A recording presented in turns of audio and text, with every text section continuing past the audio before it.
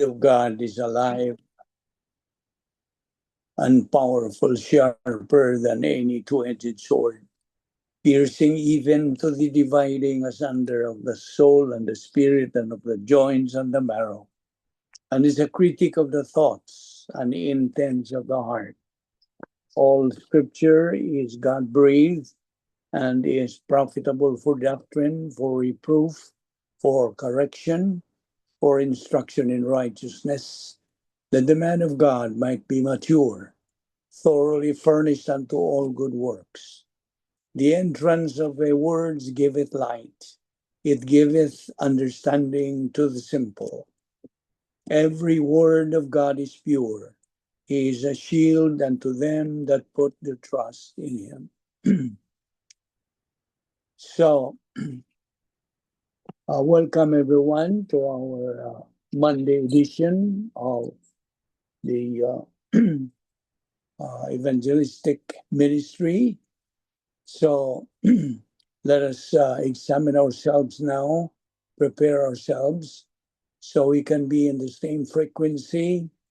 We'll be filled by God, the Holy Spirit, and be back into fellowship with God if ever we have some personal sins that we are keeping. Therefore, silently, let us name all our sins directly to God the Father. Let us pray.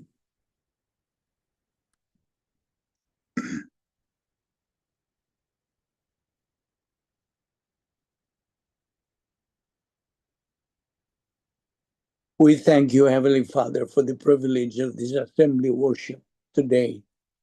We thank you for the very principle of thanksgiving, the mental attitude which comes from knowing you through your word, and therefore in having appreciation of who and what you are and what thou hast planned. And so, Father, today, as we continue assimilating your word through the teaching ministry of God the Holy Spirit, we now pray that the things we are going to examine from your word, may the words of our mouths and the meditation of our hearts be acceptable in thy sight, and that God the Holy Spirit sanctify us to the nourishment of our soul. I now pray that you give us the necessary concentration and focus to the doctrines that you're going to teach us today. All this we ask in Christ's name. Amen. 7 things that we believers in Christ must remember every day. God is our Father. The Lord Jesus Christ is our Savior. Heaven is our eternal home. The Word of God, the Bible, is our guide in life. Every believer in Christ is our family. The good news of salvation, the gospel, is our message. Our destiny is maximum glorification of God. We have been saved by grace alone, through faith alone, in Christ alone, through the scriptures alone, for the glory of God alone. That's found in Ephesians chapter 2, verses 8 and 9. And we should also remember all the time the benefits, the privileges, the advantages that we believers do possess at the point of salvation. We were imputed eternal life by God. We were imputed God's perfect righteousness.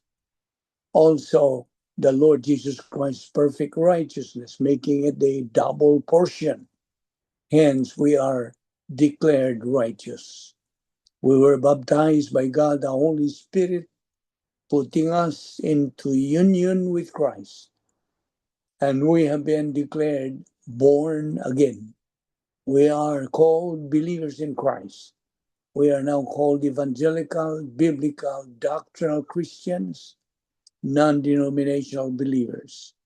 Our names can now be found written in the Lamb's book of eternal life that cannot be blotted anymore.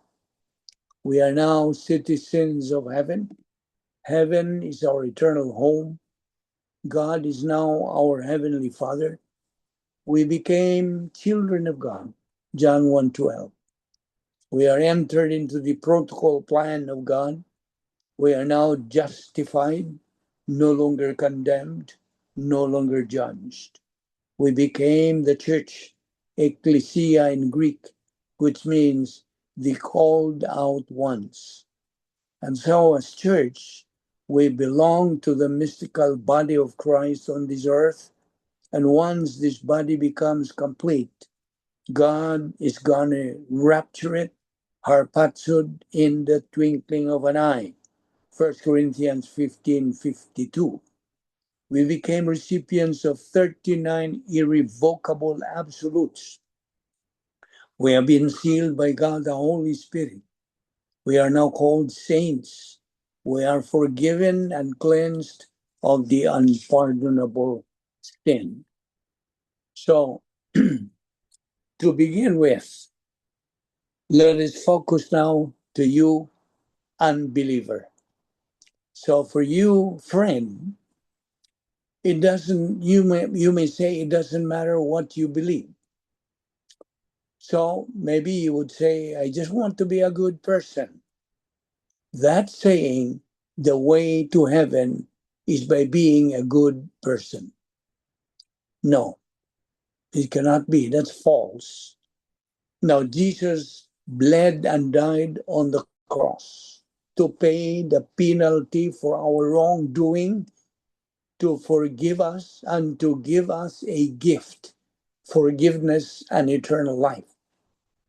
So the person who says, it doesn't matter what I believe, just be a good person, you're preaching their religion.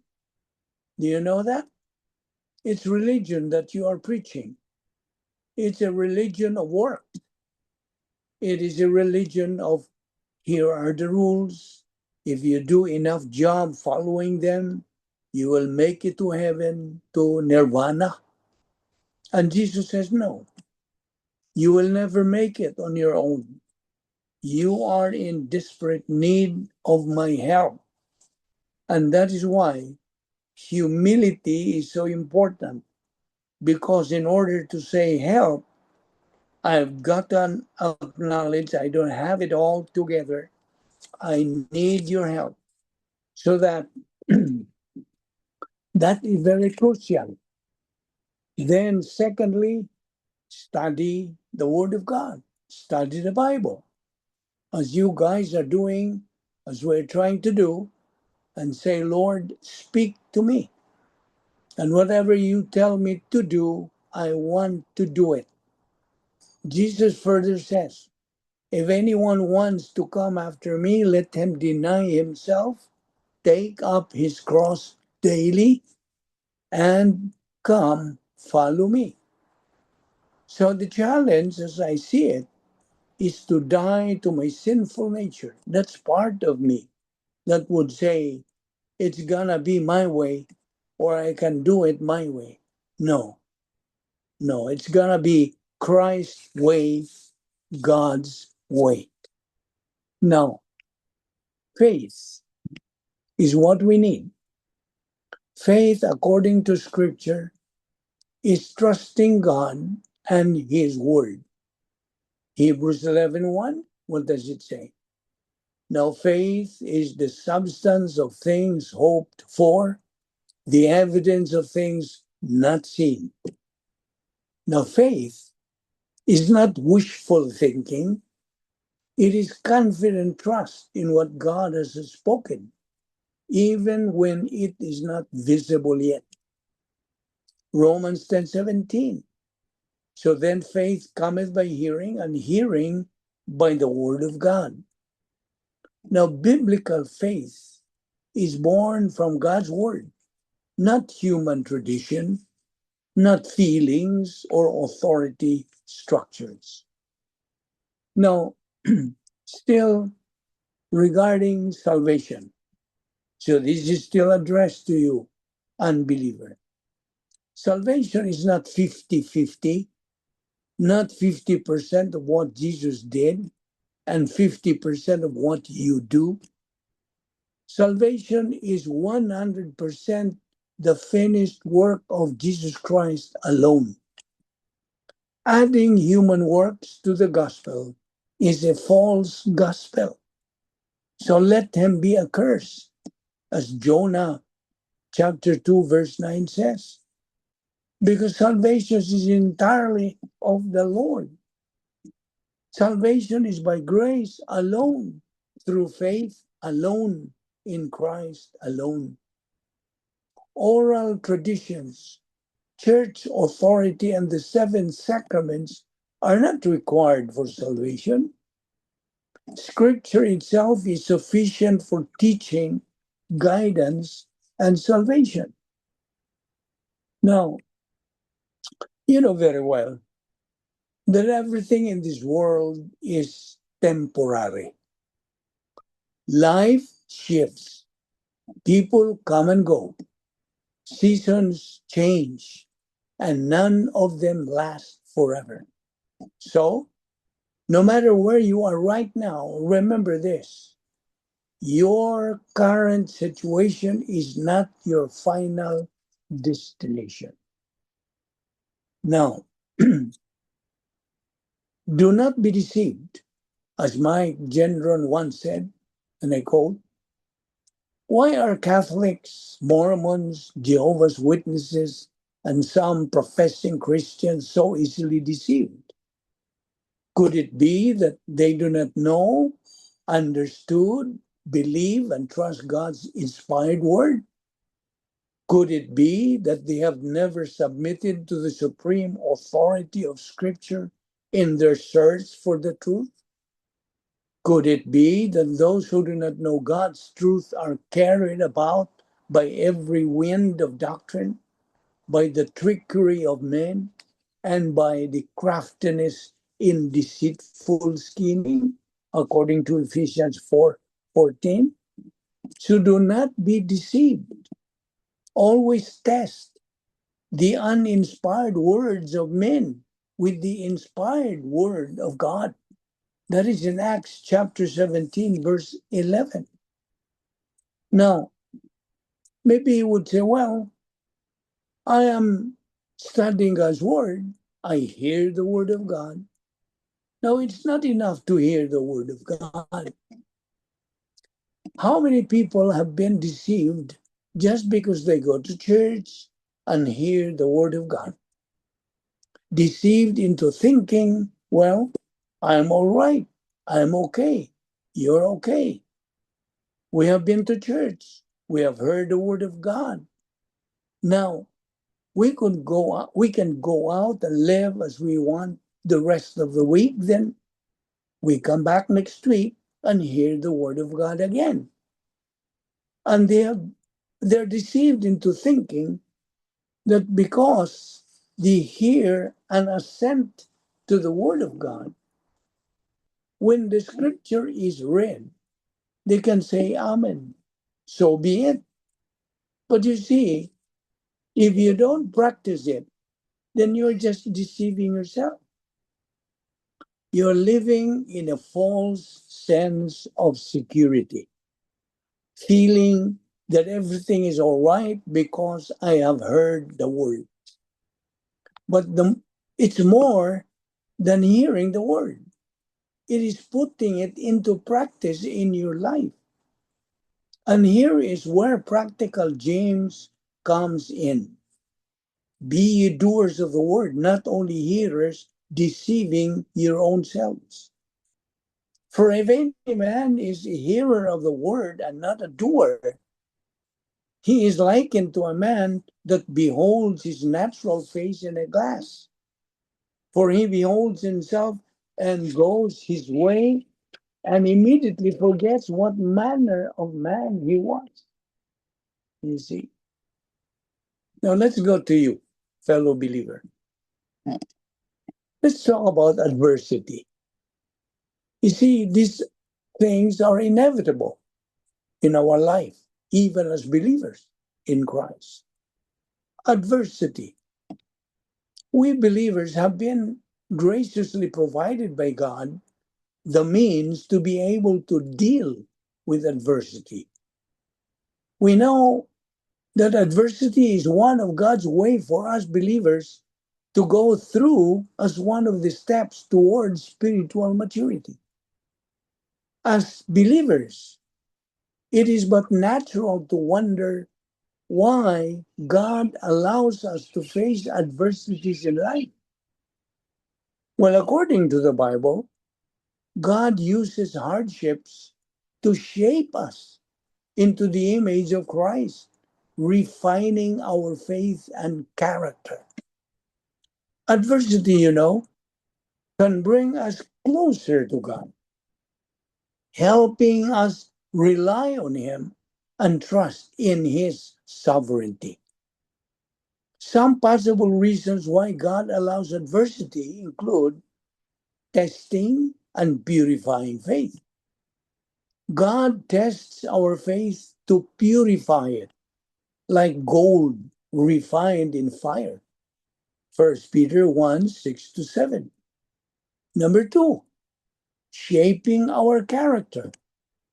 Adversity helps us develop endurance, character, and hope. Romans 5 3 to 4. Three, deepening our relationship with God. Hardships can draw us closer to God, fostering a deeper relationship with Him. Four, equipping for ministry. God uses our struggles to prepare us for comforting and ministering to others. 2 Corinthians 1 3 to 4. Number five, producing spiritual maturity. Adversity promotes spiritual growth, humility, and dependence on God. Remember, God's ways are not our ways. And where can you find that?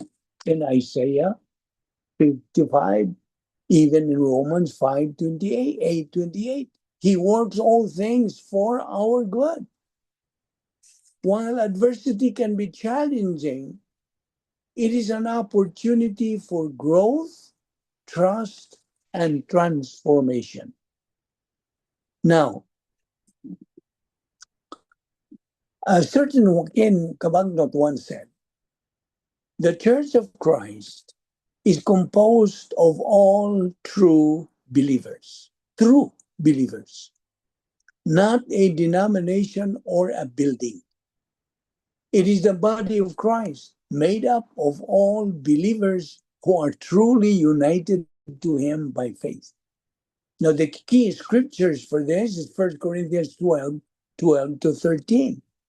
For as the body is one and hath many members, so also is Christ.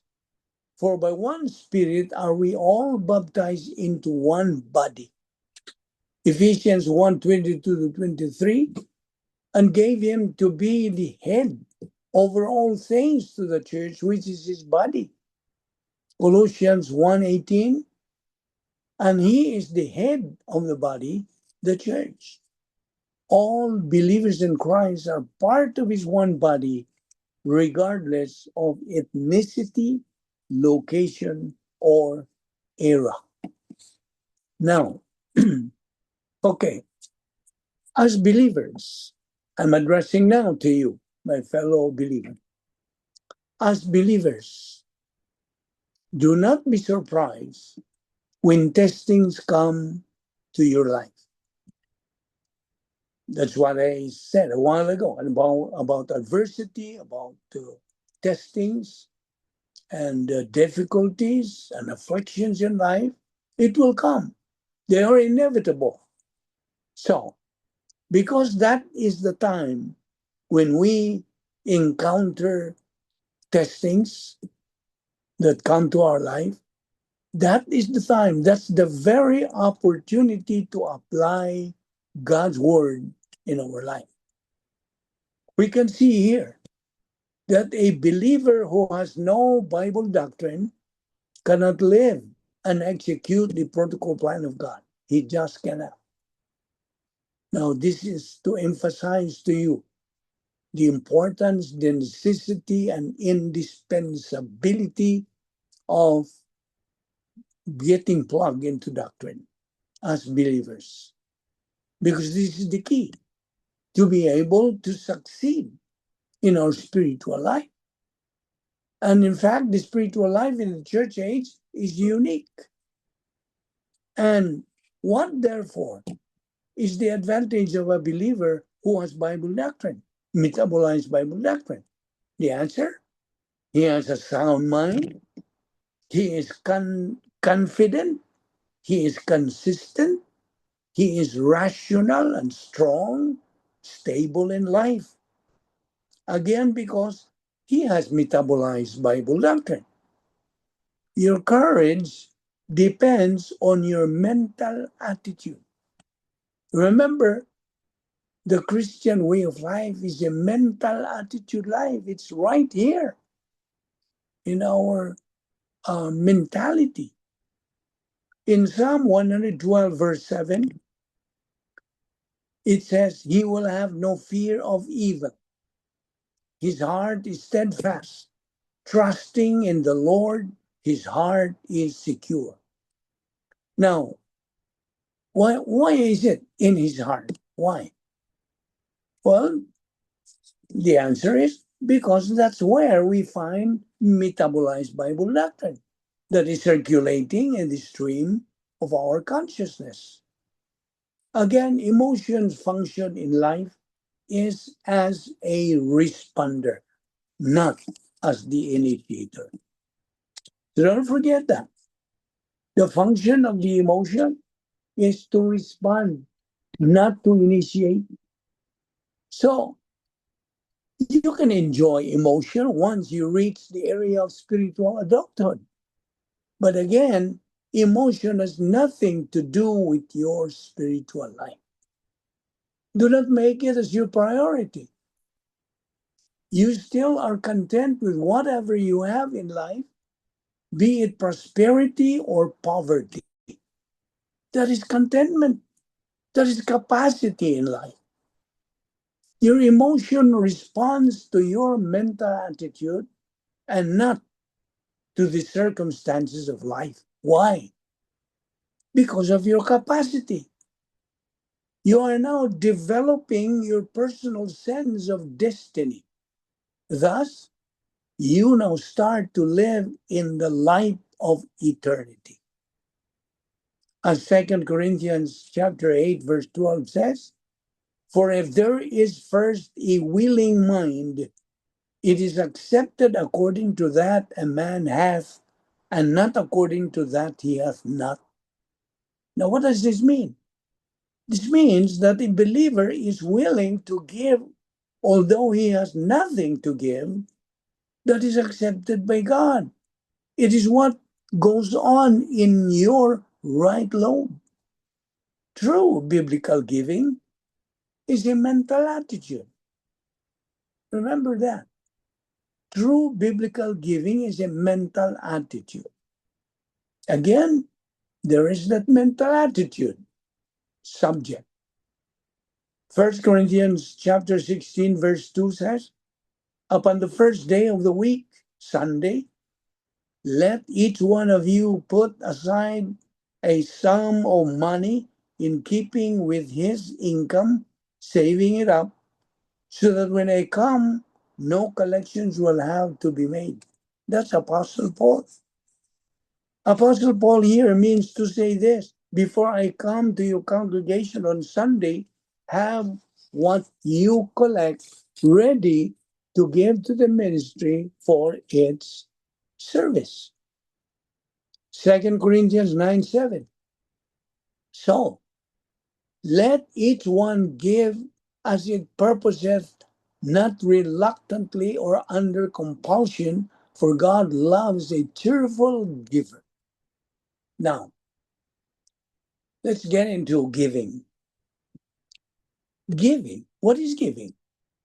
Well, doctrinally, because we are in our doctrinal Bible study, giving is a mental attitude, see, based on problem-solving device called grace orientation. Giving is the basis for grace giving. Now, if you give out of love to the Lord, it is acceptable by Him. 2 Corinthians 8:12. For if there is first a willing mind, it is accepted according to that a man hath. So let me repeat. Giving is a mental attitude. Now you see, you remember the areas of mental attitude? We have, well, as a review, you have worldliness, inner happiness, peace, confidence, stability, giving, love. So, in Deuteronomy, Old Testament, chapter 6, verse 5, thou shalt love the Lord your God. 1 Corinthians 13:5, love does not behave rudely. You see? Now, 1 Corinthians 13:5, okay? Love thinks no evil. The only real protection from evil is inside the protocol plan of God or the divine dynasty or the Christian way of life. These are synonyms. Love here refers to virtue love. A requirement for every believer is for him to always reside in the protocol plan of God or the divine dynasty. Do you know why? Because that's the only place where you cannot think evil.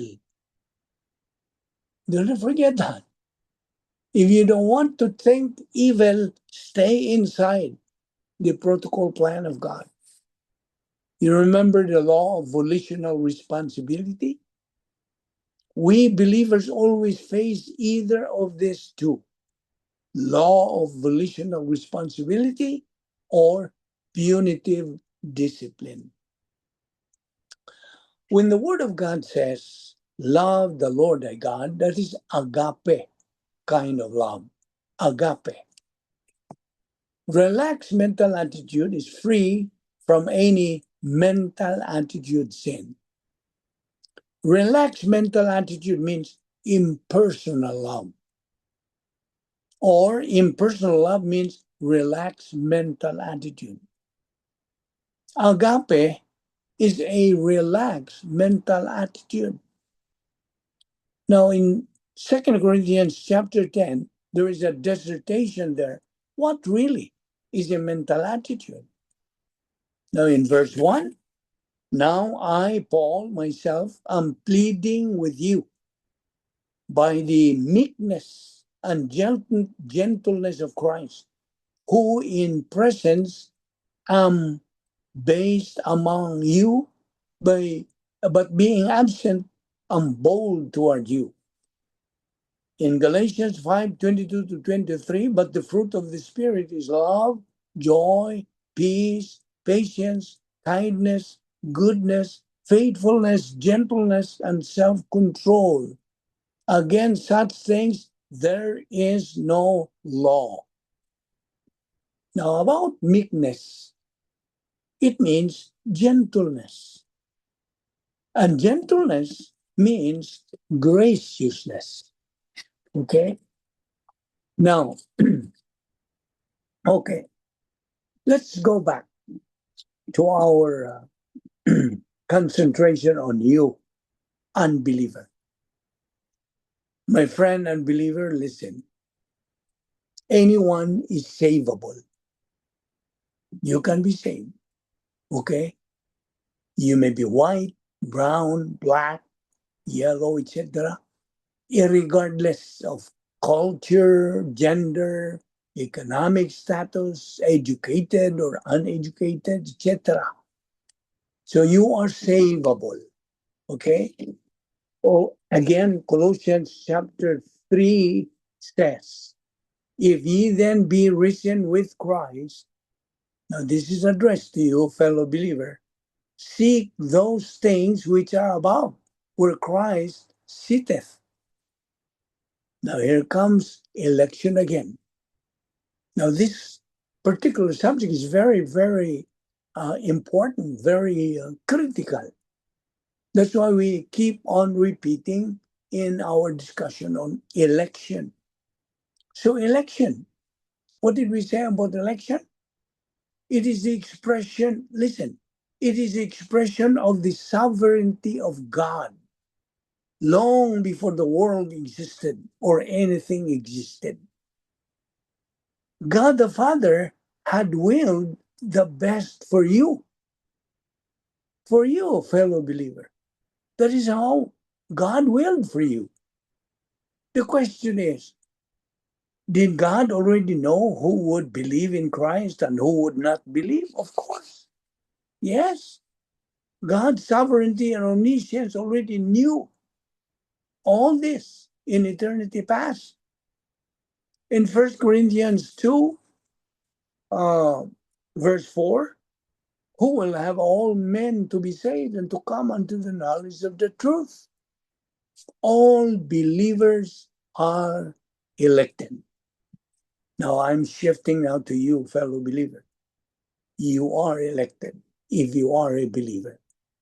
And therefore, what we discussed last week about Colossians 3:12, it says, put on therefore as the elect of God. You are an elect, okay? You've been elected as the elect of God, holy and beloved, bowels of mercies, kindness, humbleness of mind, meekness, long suffering. Election, okay? Election is the expression of God's will for us ever since we were elected. Right at that moment we believed in Christ, we got elected. Ephesians 1:4, according as he hath chosen us in him before the foundation of the world, that we should be holy and without blame before him in love. In verse 5, having predestinated us unto the adoption of children by Jesus Christ to himself, according to the good pleasure of his will. You see, the reason why many people hate the Bible, yes, there are so many people who hate the Bible. The reason is that when God's word says we are all sinners and our failures and weaknesses are revealed or exposed, you see, people don't want to be convicted, to be exposed by the Bible. That's why they hate the Bible. So they do not know the truth that all these things have been already inserted, embedded in the divine decrees. The divine decree is the sum total of God's plan for the human race. So everything there in that divine decree, God's plan for the human race, every person's thought, every person's decision and action are known by the sovereign God. He allows all these things as time goes in history. He allows.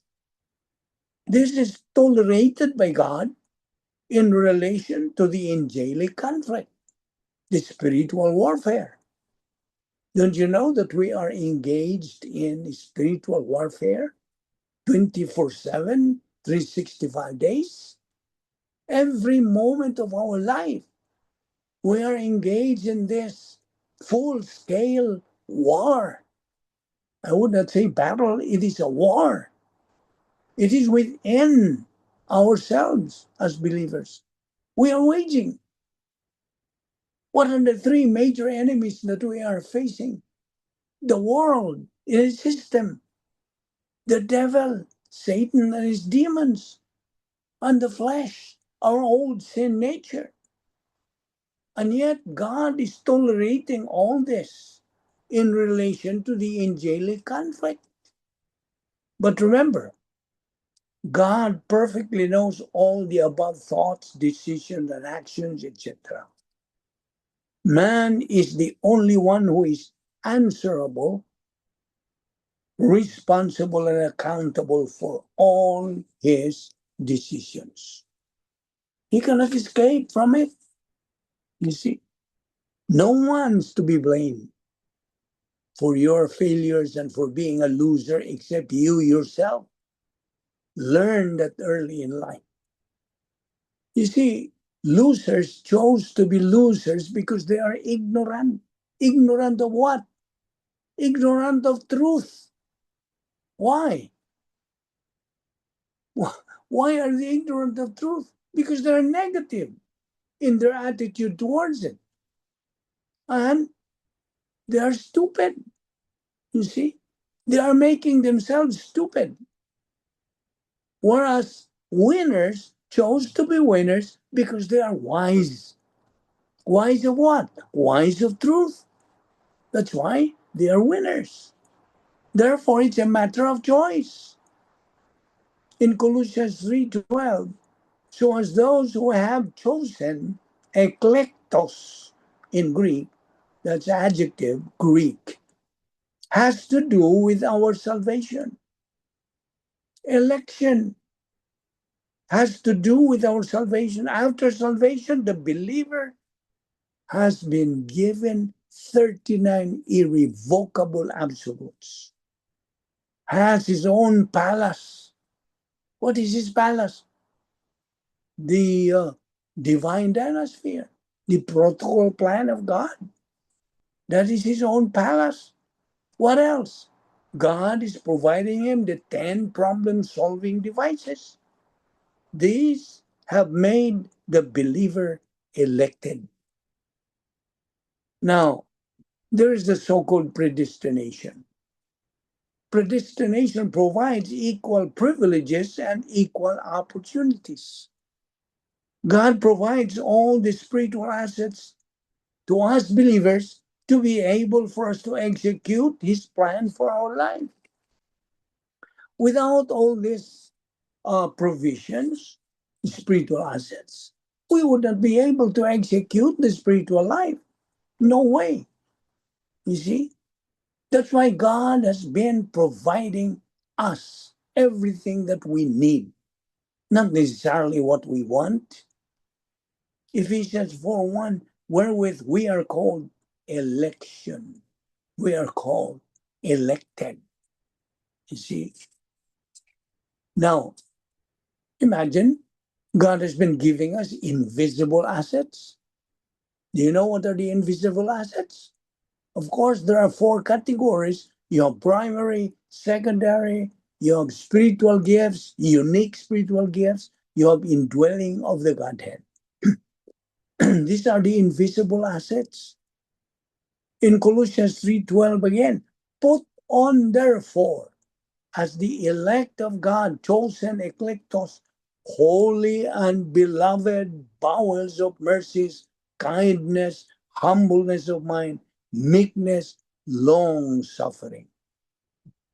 Now, for you, fellow believer, do not forget the 3 R's. That is what we are standing on.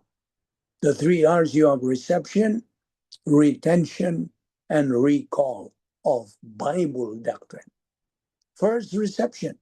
What we are doing, we are receiving God's word, learning, okay, assimilating God's word. That's the first. And then do not forget all those. That's why we have to repeat and repeat and repeat, so it will sink in to the inner sanctum of your soul and it becomes retained in your soul. So retention.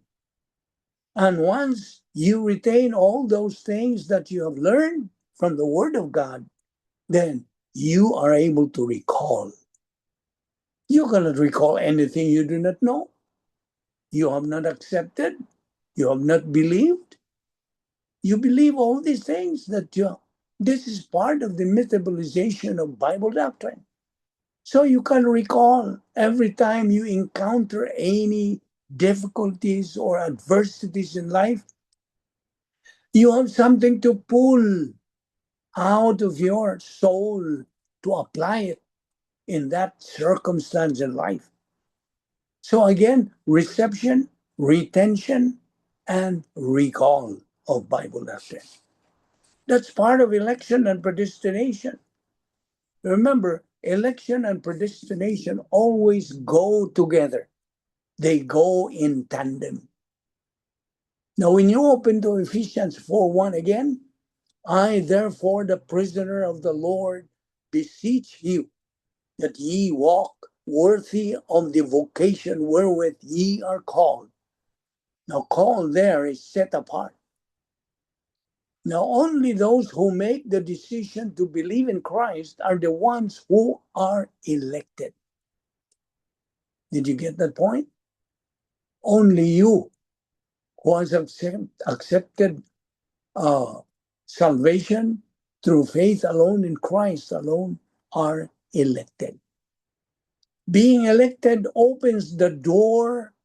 Remember, being elected opens the door of tremendous opportunity to be a winner. Spiritually, that's what we call predestination. Now, the Greek word for predestined is proorizo. Proorizo means to come to a decision beforehand. Predestination is the provision of God for you in eternity past for the purpose of fulfilling the protocol plan of God in phase 2. You are in phase 2. We are all here in phase 2 of the plan of God. Remember the 3 phases of the plan of God? Salvation. What's next? Believer in time. Phase 2. Phase 3 is believer in eternity. I repeat, maybe you're confused with that. The 3 phases of the plan of God for everyone, every member of the human race. Number 1 is salvation. Well, the reference verse for this is Acts 16:31. What does it say? Believe on the Lord Jesus Christ and thou shalt be saved. That is salvation. Phase 1. Phase 2, because now you are a believer. You are a believer in time. This is what we are doing. We are in this phase 2, believer in time. So, because we have been predestined, we have been elected, all these things are coming into fruition. Of course, very, very vivid because you have doctrine, you are discerning, and that is God's power that is given to you, the discerning power. You're able to detect what is true and what is not. And so, predestined, did I discuss about phase 3? Of course, phase 3 is believer in eternity. You see, there will be no more tears, no more pain, no more death, because the old things are passed away. That is in eternity with God. So predestined is proorizo in Greek, to come to a decision beforehand. Predestination is the provision of God for you in eternity past for the purpose of fulfilling the protocol plan of God in phase 2, right now. Phase 2. Don't forget, Hebrews 11:6. Without faith, it is impossible to please God. Impossible. Every believer has equal privilege and equal opportunity to reach spiritual maturity. So, we have no excuse not to pursue and reach spiritual maturity. Every spiritual assets have been given to us, poured out on us by God. In eternity past, this has been prepared by God before everything existed. because he knew through his sovereignty and his omniscience that you will become a believer in Christ. So he provided all this spiritual assets. So you have no reason why you cannot become a spiritually mature believer and a winner believer. So Ephesians 1:4 again, according as he hath chosen us in him before the foundation of the world, that we should. God knows everything we decide, we do, we change it, etc. God perfectly knows. He knows who's going to believe in Christ. He also knows who's going to reject Christ. His omniscience knows what's going to happen in your life. Just imagine. Anything that happens in your life has a reason. He holds our individual life. But get this, he never controls our volition. You see? God has a sense of humor, a tremendous sense of humor. He never controls our volition. He tolerates everything that you want to do, but you are the only one responsible for what you decide in your life. So everything, listen, everything is put in God's divine decrees. It's all there. God provides all that a believer needs in life. Yes. Colossians 3:12. So as those who have been chosen, eklektos in Greek, this has to do with our salvation. We have been elected. We have been predestined. Ephesians 1:11, in him we were also chosen, having been predestined according to the plan of him who works out everything in conformity with the purpose of his will. Again, Hebrews 11:1, don't forget this. Faith is being sure of what we hope for, uncertain of what we do not see. 1 Peter 1:4 again, and into an inheritance. We have an inheritance that can never perish, spoil, or fade, kept in heaven for you, who through faith are shielded by God's power until the coming of the salvation that is ready to be revealed in the last time. In 1 Samuel chapter 16, verse 7, man looks at the outward appearance, but God looks at the heart inside of us. Colossians 3:12 again. Put on therefore as the elect of God, holy and beloved, bowels of mercies, kindness, humbleness of mind, meekness, long suffering. Now remember this. The word elect goes with the predestination. The word elect means elected. By the way, our being elected and predestined is because of our being believers in Christ. Do you know that? This is only true to us, fellow believers, not for unbelievers. Unbelievers are out of the subject. They're not included there. God has already prepared all these things in eternity past. That includes our volition to believe in Christ or to reject Christ. Remember 1 Timothy 2:4 or 5. God wills that all will be saved and know the truth. That requires volition, either to accept or to reject salvation. You see, you are free. You see that freedom? Total freedom is given to you. Big V. That's why we call it the big V, volition or free will.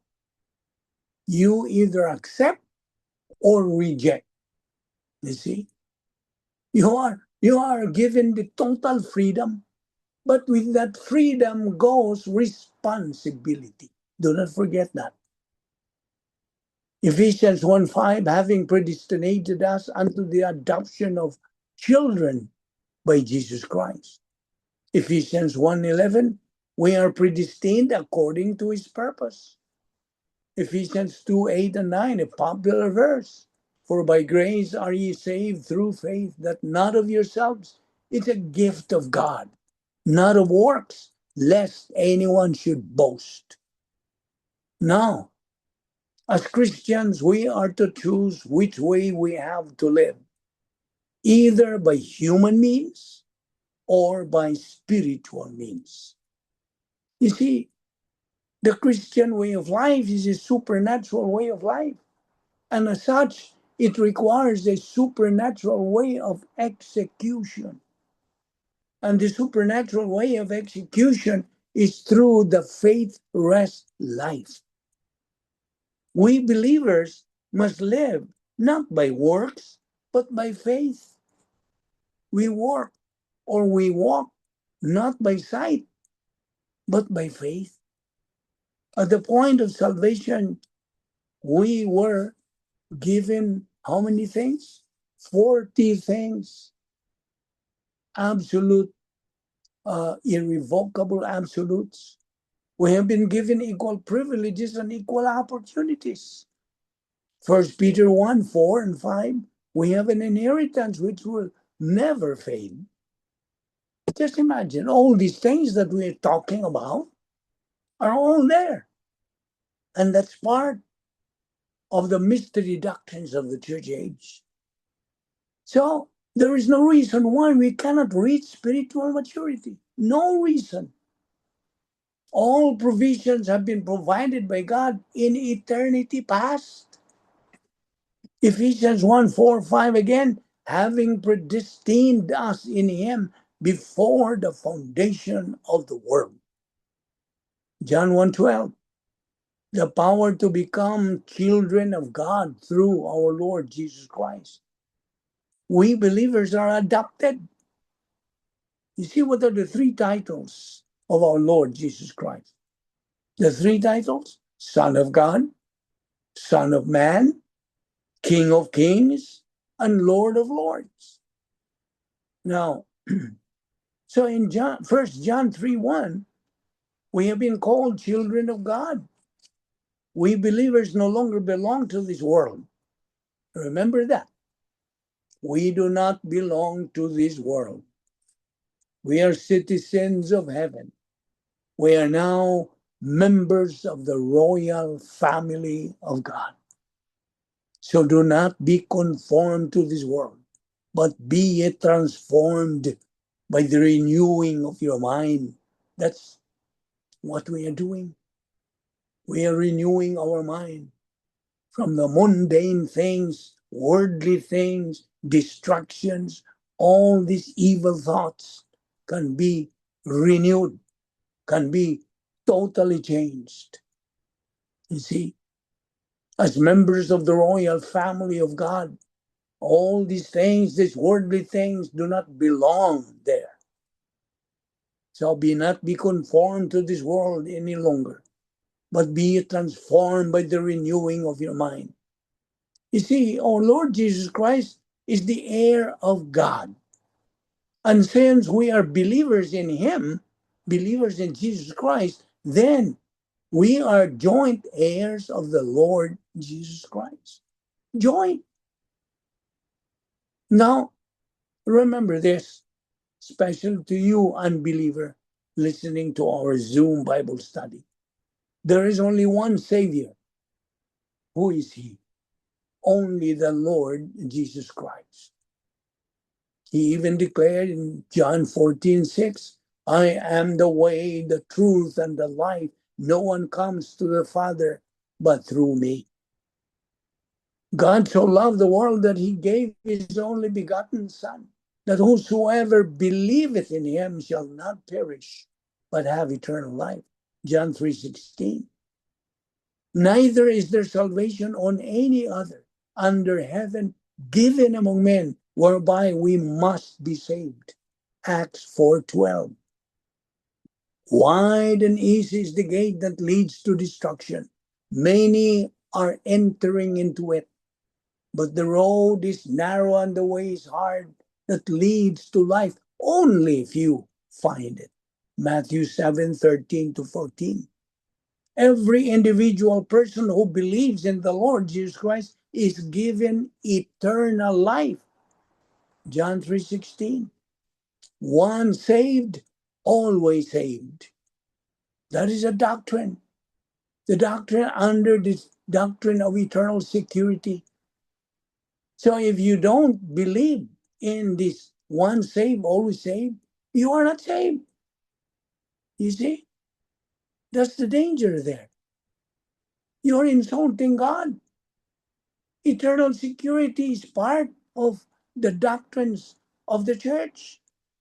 You see? 2 Corinthians 5:17, a believer is a new creature.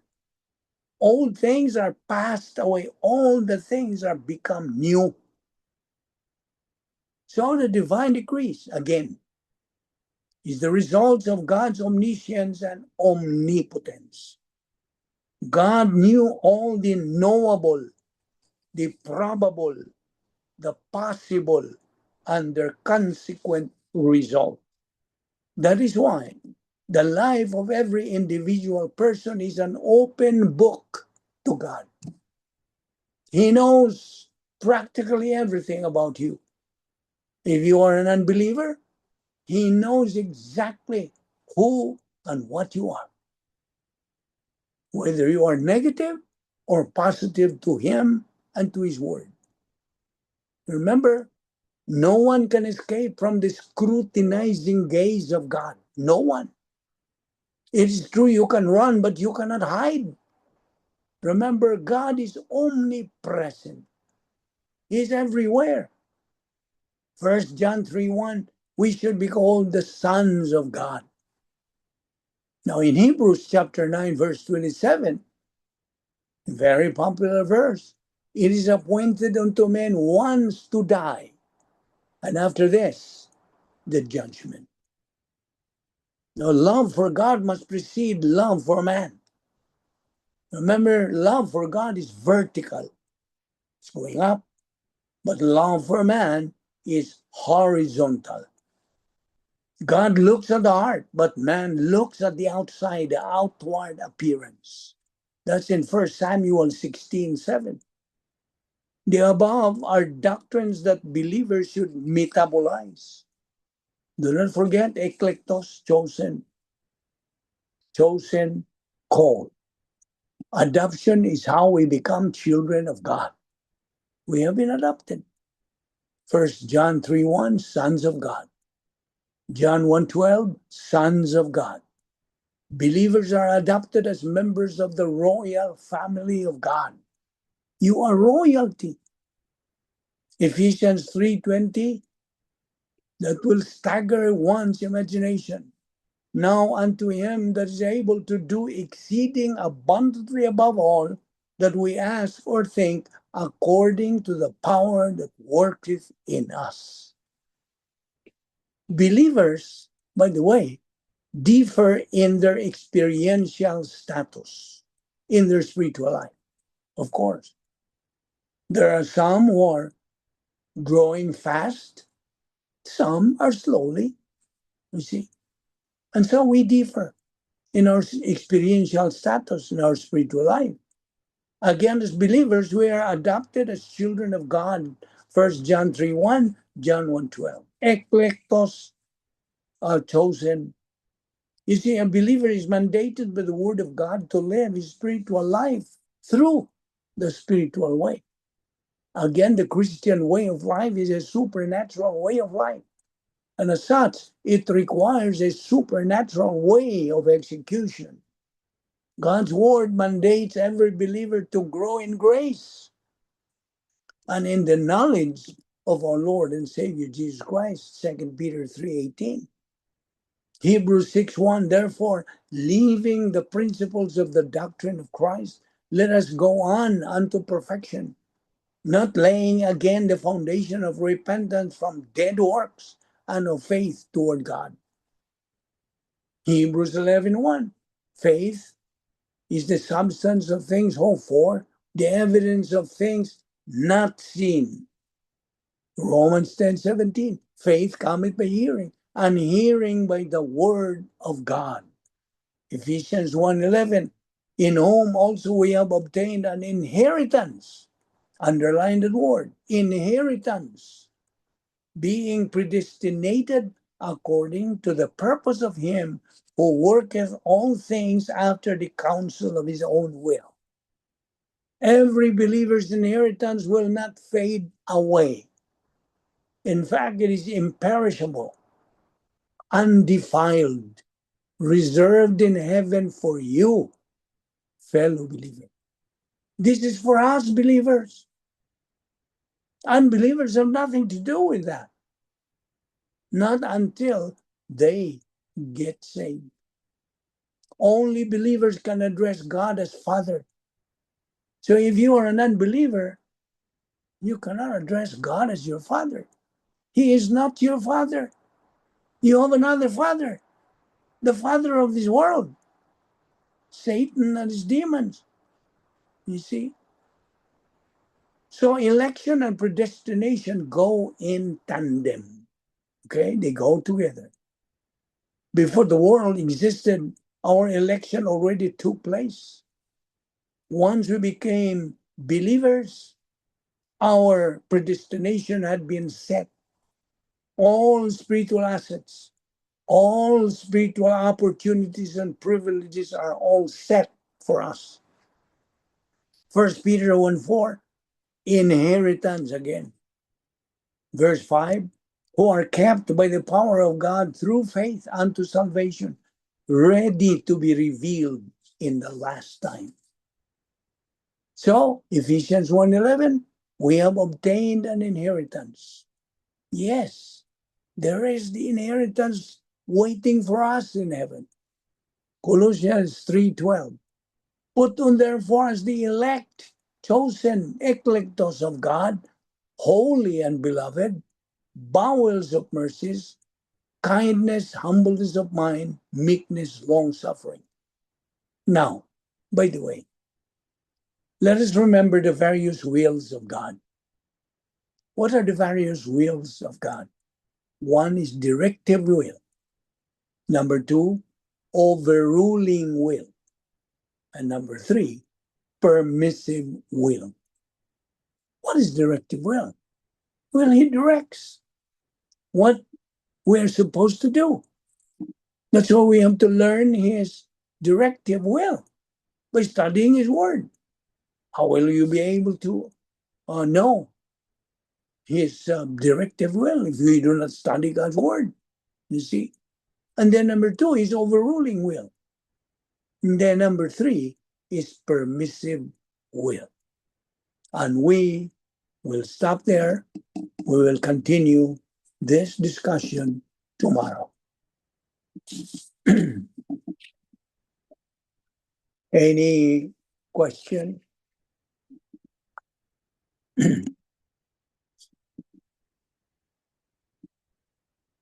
No question in our discussion today? Let us pray.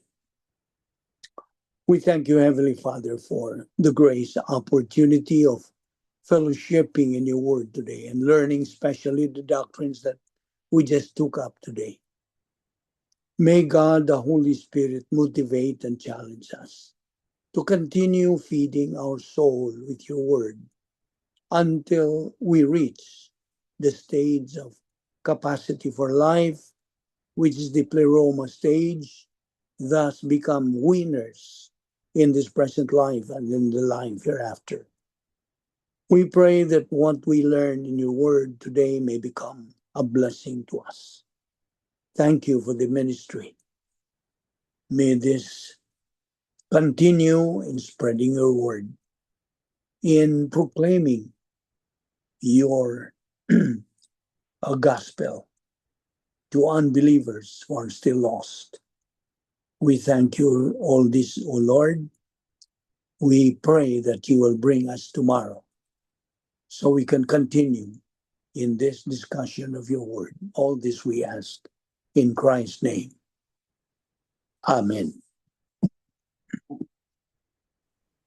Salamat, Tumbek. Thank you, Lolo Vic. Thank you. Thank you, Lolo Vic. Sige. See you Salamat. tomorrow. Thank you, Lolo Vic. Ay, isa mo doon si Bye. Alex. Alex ba doon?